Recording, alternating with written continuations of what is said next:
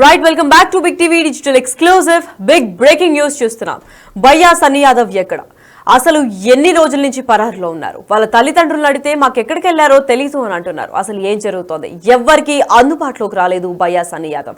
YouTuber గా మంచి పేరు సంపాదించుకొని ఫేక్ ప్రమోషన్స్ చేసి ఇప్పుడు బెట్టింగ్ యాప్స్ లోనే తన బైక్ ఇంకా పలు కెమెరాలు కూడా కొన్న బయ్యా సన్నీ యాదవ్ ఇప్పుడు ఎక్కడికి వెళ్లారు, ఏం చేస్తున్నారు, అండ్ పరారీలో ఉన్నాడా, అసలు ఏంటి సమాచారం అనేది ఎవరికి ఏమి అంతు చిక్కగా పోయిన క్వశ్చన్ అయితే కనిపిస్తోంది. ఇప్పటికే కేసు నమోదు చేశారు పోలీసులు. మరి బయ్యా సన్నీ యాదవ్ పరారులో ఉన్నారా ఏంటి అన్న దానిపైన మా ప్రతినిధి రమేష్ కూడా లైన్ లో ఉన్నారు. ఎస్ రమేష్, చెప్పండి, బయ్యా సన్నీ యాదవ్ ఎక్కడున్నారు? యూట్యూబర్ గా మంచి పేరు కాంచిన బయ్యా సన్నీ యాదవ్ ఇప్పుడు ఐపీఎస్ ఆఫీసర్ అయిన సజ్జనార్ పెట్టిన పోస్ట్ ఇంకా ట్వీట్ తర్వాత భయపడి ఎక్కడికైనా పరారీలో ఉన్నారనుకోవాలా, లేదా ఎక్కడికి పారిపోయారు?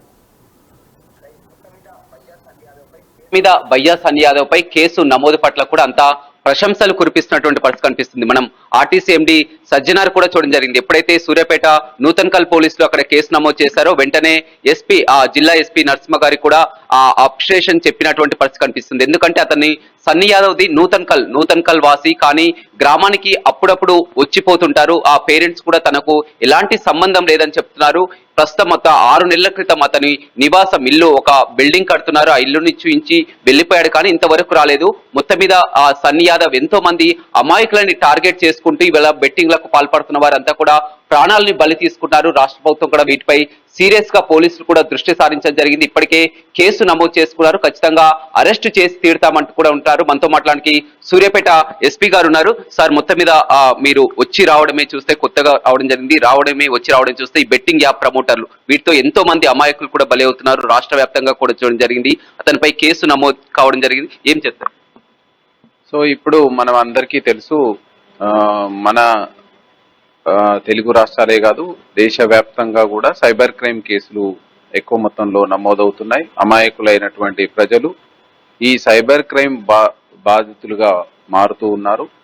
దీనికి ఈ సోషల్ మీడియాలో ఇన్ఫ్లుయెన్సర్ గా ఉన్నటువంటి వ్యక్తులు, సో వాళ్ళు చేసేటువంటి ఈ అబద్ధపు అసత్యపు వాగ్దానాలు అయితే ఏంది, లబ్ధి పొందుతారనేటువంటి నమ్మి చాలా మంది ఈ సైబర్ క్రైమ్ బాధితులుగా మారుతున్నారు. లక్షల రూపాయలను ఇందులో మోసపోతూ ఉన్నారు. దీనివల్ల చాలా కుటుంబాలు వ్యక్తిగతంగా బాధితులు దీని మీద కొన్ని కఠినమైనటువంటి నిర్ణయాలు తీసుకొని ఆత్మహత్యలకు పాల్పడిన సందర్భాలు ఉన్నాయి. కొన్ని ఫ్యామిలీస్ కూడా రోడ్డున పడ్డ సందర్భాలు ఉన్నాయి.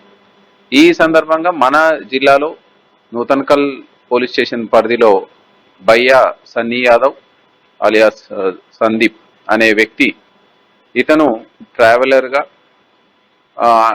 సోషల్ మీడియాలో ఒక ఇన్ఫ్లుయెన్సర్గా ఎదిగి చాలా మందిని సబ్స్క్రైబర్స్ని కలిగి ఉండి ఈ యొక్క దాన్ని ఆసరగా చేసుకొని గేమింగ్ యాప్స్ని, బెట్టింగ్ యాప్స్ని అతి తక్కువ కాలంలో అతి తక్కువ డబ్బులతో ఎక్కువ మొత్తంలో రిటర్న్స్ పొందొచ్చని నమ్మించి అందులోకి వాళ్ళకు ఒక గేమింగ్ యాప్కి సంబంధించినటువంటి లింక్స్ని పెట్టడం ద్వారా అతనికి ఉన్న సబ్స్క్రైబర్లు అయితేంది, యూట్యూబ్లో చూసిన వాళ్ళు అయితేంది, దీన్ని నిజమే అని నమ్మి ఎన్నో లక్షల రూపాయలు వెచ్చించి అందులో నష్టపోయి ఈ విధంగా రోడ్ మీద పడడం, వాళ్ళ యొక్క సెల్ఫ్ గా ఆత్మహత్యలకు బ్యాక్గ్రౌండ్ ఏంటి సార్? ఒక మారుమూల గ్రామం నూతన్కల్ సూర్యాపేట జిల్లా. ఇతని బ్యాక్గ్రౌండ్ ఏంది? Family background? ఇతను మామూలు కుటుంబం, సాధారణ కుటుంబం నుంచి వచ్చిన వ్యక్తి. వాళ్ళ నాన్న, వాళ్ళ బ్రదరు చిన్న షాప్స్ పెట్టుకొని రన్ చేస్తూ ఉంటారు. ఇతను పాలిటెక్నిక్ డిస్కంటిన్యూడ్ క్యాండిడేట్. సో తదుపరి ఇతను ఈ బైక్స్ మీద ట్రావెలర్ గా వివిధ దేశాలను చుట్టి వస్తున్న క్రమంలో ఇతనిచ్చే కంటెంట్ వల్ల చాలా మంది సబ్స్క్రైబర్స్ తెలుగు రాష్ట్రాలలో చాలా మంది సబ్స్క్రైబ్ చేసుకోవడం జరిగింది. దీన్ని ఆసరగా చేసుకొని వచ్చే డబ్బులతోటి అతని జీవనం గడుస్తుంది.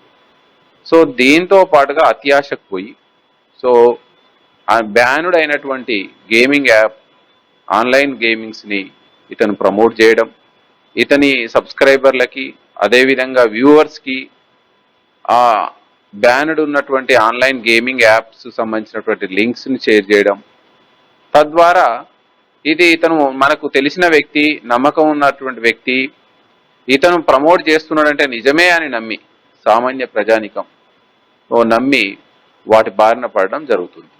ఇతని మీద కేసు కంప్లైంట్ ఇవ్వడం జరిగింది. ఏ విధంగా కేసు? సో ఇందులో ఇప్పటి వరకు అయితే మనం నూతనకల్ పోలీస్ స్టేషన్ కి సంబంధించి సుమోటోగా కేసు కట్టడం జరిగింది. మా కానిస్టేబుల్ అతను ఇన్స్టాగ్రామ్, ఫేస్బుక్, టెలిగ్రామ్ అతను చూస్తున్న క్రమంలో ఇతను ప్రచారం చేస్తున్నటువంటిది ప్రజలని పక్కదోవ పట్టించే అవకాశం ఉంది, ప్రజలు నిజమనేటువంటి నమ్మించే అవకాశం ఉందని చెప్పి దీన్ని ఎట్టి పరిస్థితిలోనూ మనం దీన్ని కట్టడి చేయాలంటే సో అతను సెల్ఫ్ గా కంప్లైంట్ ఇవ్వడం జరిగింది. మా కానిస్టేబుల్ దీన్ని సుమోటోగా కేసు కట్టడం జరిగింది. ఇప్పటి వరకు అరెస్ట్ చేసే అవకాశం కనిపిస్తారు, ఎందుకంటే ఇతను మొత్తం కూడా నేషనల్, ఇంటర్నేషనల్ లెవెల్లో కూడా బైక్ రైడర్ కాబట్టి తిరుగుతుంటారు. అతన్ని పట్టుకురావడం అంటే కూడా అంత ఈజీ కాదు. సో దీన్ని మేము సీరియస్ గా తీసుకున్నాం. దీన్ని ఇప్పుడు ఇన్వెస్టిగేషన్ తుంగతుర్తి సిఐ గారు ఇన్వెస్టిగేషన్ ఇచ్చినాం. సో దీనికి సంబంధించి మా కార్యాచరణ ఉంది. సో ఇతన్ని పట్టుకోవడానికి ఒకవేళ విదేశాల్లో ఉన్న ఏ విధంగా అప్పియాలనేటువంటి ప్రణాళిక కూడా మా దగ్గర పెట్టుకున్నాం. సో దీంట్లో ఇతనే కాకుండా ఇతనికి సపోర్ట్ చేసే వాళ్ళ టీంను కూడా మనం ఇన్వాల్వ్ చేయడానికి ఉంది. మనకు కొంచెం డేటా కన్సర్న్డ్ ఇన్స్టాగ్రామ్, యూట్యూబ్ నుంచి రావాల్సి ఉంది. వచ్చిన తర్వాత పూర్తి స్థాయిలో దీన్ని పకడ్బందీగా దర్యాప్తు కొనసాగిస్తాం. సన్నీ యాదవ్ పేరెంట్స్ కి ఇట్లా వారిని ఏమైనా విచారించింది? వారు ఏం చెప్తున్నారు సార్? వాళ్ళ కొడుకు ఈ విధంగా కేసు నమోదైంది అప్పుడు సన్నీ యాదవ్ పేరెంట్స్ ను కూడా ఎగ్జామిన్ చేయడం జరిగింది. బట్ వాళ్ళకు తెలిసిన మొత్తం కరెక్టే అని నమ్ముతున్నారు. బట్ వాళ్ళకి ఈ విధమైనటువంటి సామాన్య ప్రజానికం నష్టపోతురనే విషయం వాళ్ళకి తెలియదు. సో దాన్ని ఏ విధంగా నష్టపోతురని చెప్పడం జరిగింది.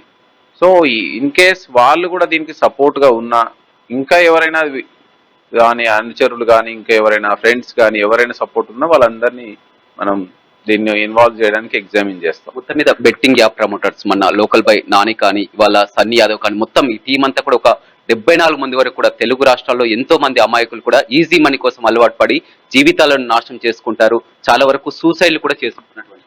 అవును, ఇప్పుడు మనకు చాలా ఏరియాస్ లో విన్నాం. నిజామాబాద్ ఏరియా అయితేమి, హైదరాబాద్ లో అయితేమి, ఇంకా వేరే వేరే జిల్లాల్లో కూడా ఈ సోషల్ మీడియా ద్వారా ఇన్ఫ్లుయెన్స్ అయ్యి సో దీంట్లో సైబర్ క్రైమ్ లో, ఆన్లైన్ బెట్టింగ్ లో, ఆన్లైన్ గేమింగ్ లో వాళ్ళు ఇన్వాల్వ్ అయ్యి చాలా లక్షల రూపాయలను పోగొట్టుకొని తర్వాత వాళ్ళు రోడ్డు మీద పడడం, సూసైడ్ చేసుకోవడం, ఫ్యామిలీ సూసైడ్ చేసుకోవడం, ఆర్థికంగా చతికిలబడిపోవడం, ఈ విధంగా మనం చూస్తున్నాం. సో ఈ సందర్భంగా మనం చెప్పేది ఏంటంటే పోలీస్ సామాన్య ప్రజానికానికి, ఎస్పెషల్లీ తెలుగు రాష్ట్రాల్లో ఉన్నటువంటి ప్రజానికానికి సోషల్ మీడియా అనేటువంటిది అద్దులు లేనటువంటి మీడియా. సో దీనిలో వచ్చినవి వాస్తవాలు అవాస్తవాలు అనేవి తెలుసుకోవడానికే చాలా సమయం పడుతుంది. సో దయచేసి మీ కళ్ళ ద్వారా చూసి మీరు ప్రత్యక్షంగా విని ప్రత్యక్షంగా నమ్మకం కలిగినప్పుడు తప్ప మీరు ఎవరో చెప్పినటువంటి మాటలని సోషల్ మీడియా వేదిక మీద చెప్పినటువంటి మాటలని ఇన్స్టిగేట్ చేసే మాటలని నమ్మొద్దు. అది తక్కువ మొత్తంలో తక్కువ కాలంలో ఎక్కువ డబ్బులు వస్తాయన్నా, ఈజీగా మనీ వస్తుందన్నా, ఇంటి నుంచి జాబ్ చేసుకొని డబ్బులు సంపాదించవచ్చన్నా, తక్కువ ఇన్వెస్ట్మెంట్కి ఎక్కువ డబ్బులు వస్తాయని చెప్పినా, అదేవిధంగా ఇంకా సైబర్ నేరస్తులు ఏ విధంగా అంటే మీకు పార్సల్ వచ్చింది, అందులో డ్రగ్స్ ఉన్నాయని చెప్పడం, మీ మీద సిబిఐలో ఈడీలో కేసు అయ్యిందని చెప్పడం, అదేవిధంగా మీకు వచ్చిన పార్సల్లో డ్రగ్స్, అన్వాంటెడ్ మెటీరియల్ ఉందని చెప్పడం, మీ యొక్క ఫోన్ నెంబరు అసాంఘిక వ్యక్తుల చేతిలో ఉంది, మీ యొక్క ఫోన్ నెంబర్ మీద ఇంకా 10 నెంబర్లు ఆపరేట్ అవుతున్నాయి, మీ యొక్క ఫోన్ నెంబరు వివిధ కేసుల్లో ఉంది అని చెప్తూ మనల్ని భయపెట్టించి ఆశ చూపి సైబర్ నేరగాళ్ళ బారిన పడే విధంగా చేసేటువంటి ఏ సోషల్ మీడియా అయినా, అదేవిధంగా ఈ గేమింగ్ బెట్టింగ్ అనేది తెలంగాణ గేమింగ్ యాక్ట్ ప్రకారం మనం ఏ ప్లాట్ఫామ్ అయినా, ఆన్లైన్ ప్లాట్ఫామ్ అయినా అది చట్టరీత్యా నేరం. ఇవన్నీ కూడా తెలంగాణ గేమింగ్ యాక్ట్ ప్రకారం ఇవన్నీ మనకు కాగ్నిజబుల్ అఫెన్స్లు, నాన్ బెయిలబుల్ అఫెన్స్లు. సో దీని బారిన పడి అమాయక ప్రజలు మోసపోయినట్లయితే, మోసపోయినా వాళ్ళని ఇన్స్టిగేట్ చేసినా, అబెట్మెంట్ చేసినా, ఈ చేసే వారి మీద కఠినమైనటువంటి చర్యలు తీసుకుంటాం. అంటే ఇప్పుడు భయ్యా సన్నీ యాదవ్ పై ఏ సెక్షన్స్ నమోదు?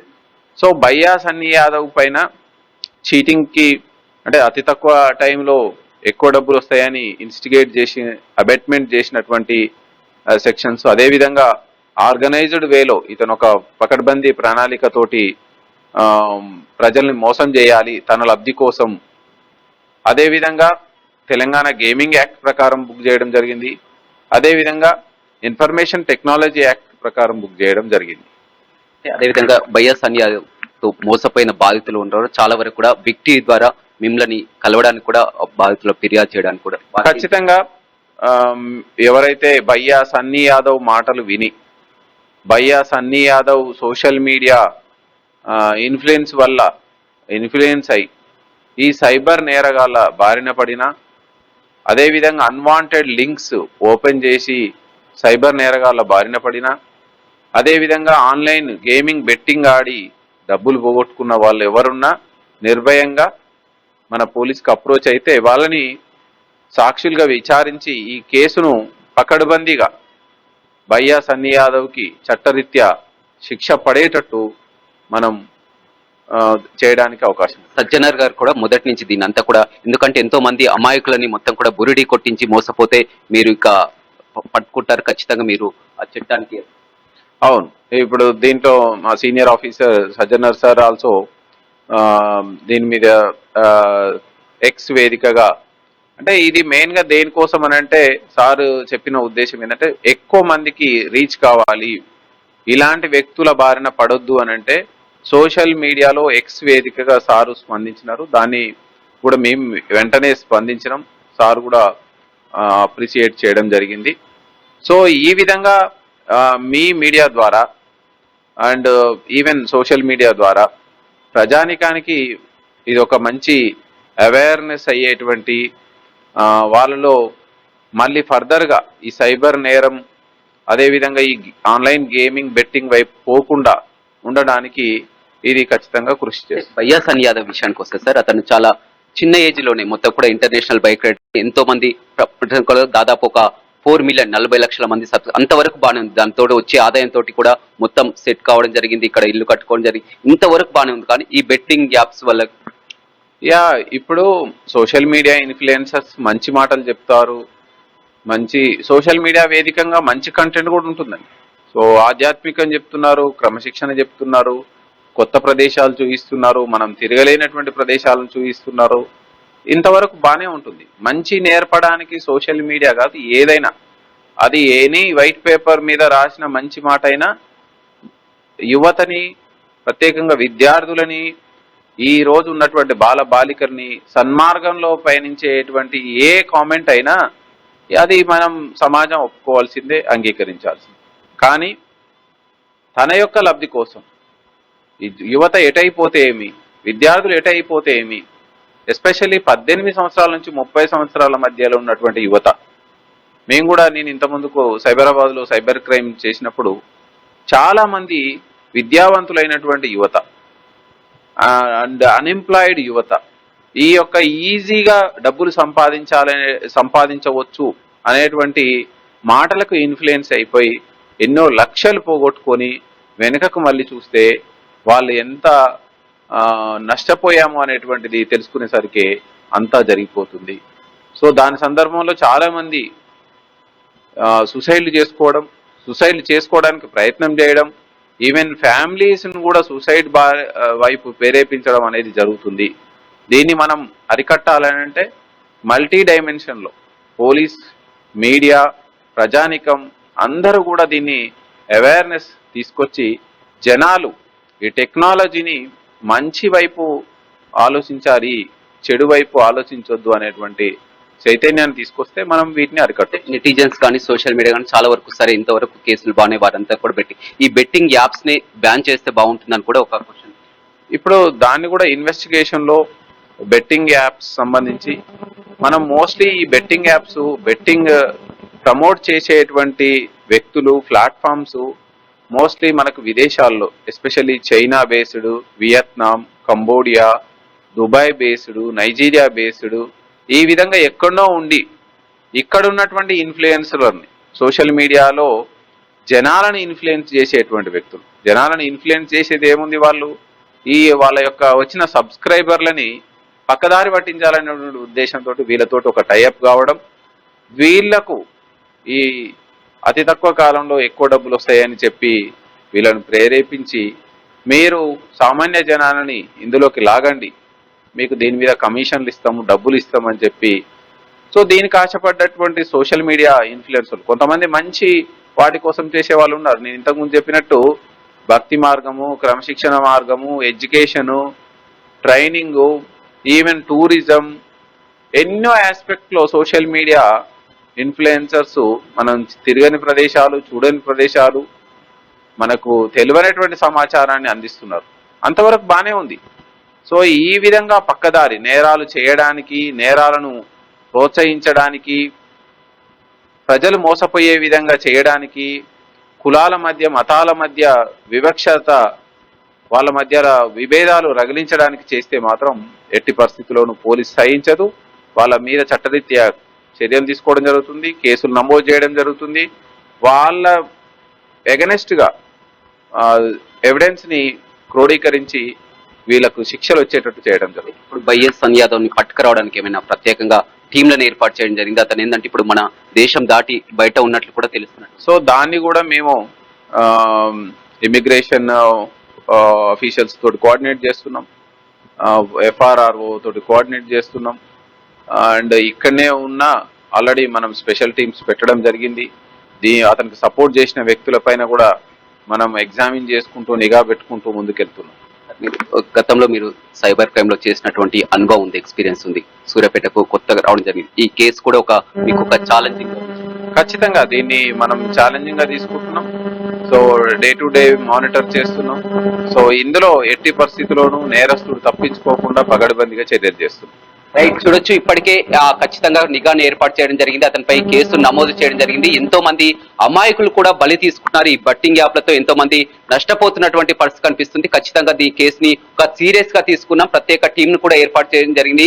త్వరలో భయ్యా సన్నీ యాదవ్ ని అరెస్టు చేస్తామని కూడా సూర్యాపేట ఎస్పీ చెప్తున్నారు. Thank you so much for the information. Yes, అయితే అసలు భయ్యా సన్నీ యాదవ్ ఎక్కడున్నాడు, ఏం చేస్తున్నాడు, అసలు యువతని తప్పుదోవ పట్టించి ఇప్పుడు పరారయ్యాడా అని పలు విమర్శలు కూడా సోషల్ మీడియాలో వెలువెత్తున్నాయి. అండ్ బెట్టింగ్ యాప్స్ ని ప్రమోట్ చేయడం కాకుండా ఆ యాప్స్ నుంచి వచ్చిన డబ్బుతోనే సూపర్ ఫాస్ట్ బైక్స్, ఇంకా ఫ్యాసినేటింగ్ బైక్స్, ఇంకా చాలా కెమెరాస్ ని కూడా కొనుగోలు చేసి ఒక ఇంటర్నేషనల్ బైకర్ గా, వ్లాగర్ గా కూడా మంచి పేరు సంపాదించుకున్న భయ్యా సన్నీ యాదవ్ ఇప్పుడు అసలు ఎక్కడున్నారు? పేరెంట్స్ ని అడిగిన తర్వాత కూడా ఆచూకీ ఏమాత్రం కనిపించడం లేదు. ఇప్పుడు ఇండియాలోనే ఉన్నారా లేదా ఇతర వేరే దేశాల్లో పారిపోయారా అన్న దానిపైన కూడా పోలీసులు విచారణ కొనసాగిస్తున్నారు. అండ్ ఇప్పుడు బెట్టింగ్ యాప్స్ ప్రమోట్ చేశారు కాబట్టి దాదాపు చాలా మంది ఇతని పేరే చెప్పి రిపోర్ట్ అండ్ బ్లాక్ చేసి సజ్జనార్కి స్క్రీన్ షాట్స్ కూడా పంపించారు. కాబట్టి ఇప్పుడు భయ్యా సన్నీ యాదవ్ ని వెతికే ప్రయత్నంలో పోలీసులు నిరంతరం శ్రమిస్తున్నారు. అండ్ ఇదే కంట్రీలో కాదు, ఏ కంట్రీలో ఉన్నా పట్టుకొని వచ్చి మరి తనకి ఎటువంటి శిక్ష పడాలో ఆ శిక్ష విధిస్తాము అని చెప్పి పోలీసులు చాలా కఠినంగా అండ్ చాలా క్లియర్ గా కూడా చెప్పడం మీరు విన్నారు. అండ్ ఇప్పుడు ప్రస్తుతానికి భయ్యా సన్నీ యాదవ్ ఎక్కడున్నారు, వాళ్ళ ఫ్రెండ్స్ ఆర్ ఫ్యామిలీ ఎటువంటి ఇన్ఫర్మేషన్ కూడా షేర్ చేయట్లేదు. మరి భయ్యా సన్నీ యాదవ్ ఆచూకీ తెలిసిన తర్వాత పోలీసులు ఏం చేస్తారు అన్న దానిపైన వేచి చూడాల్సిందే.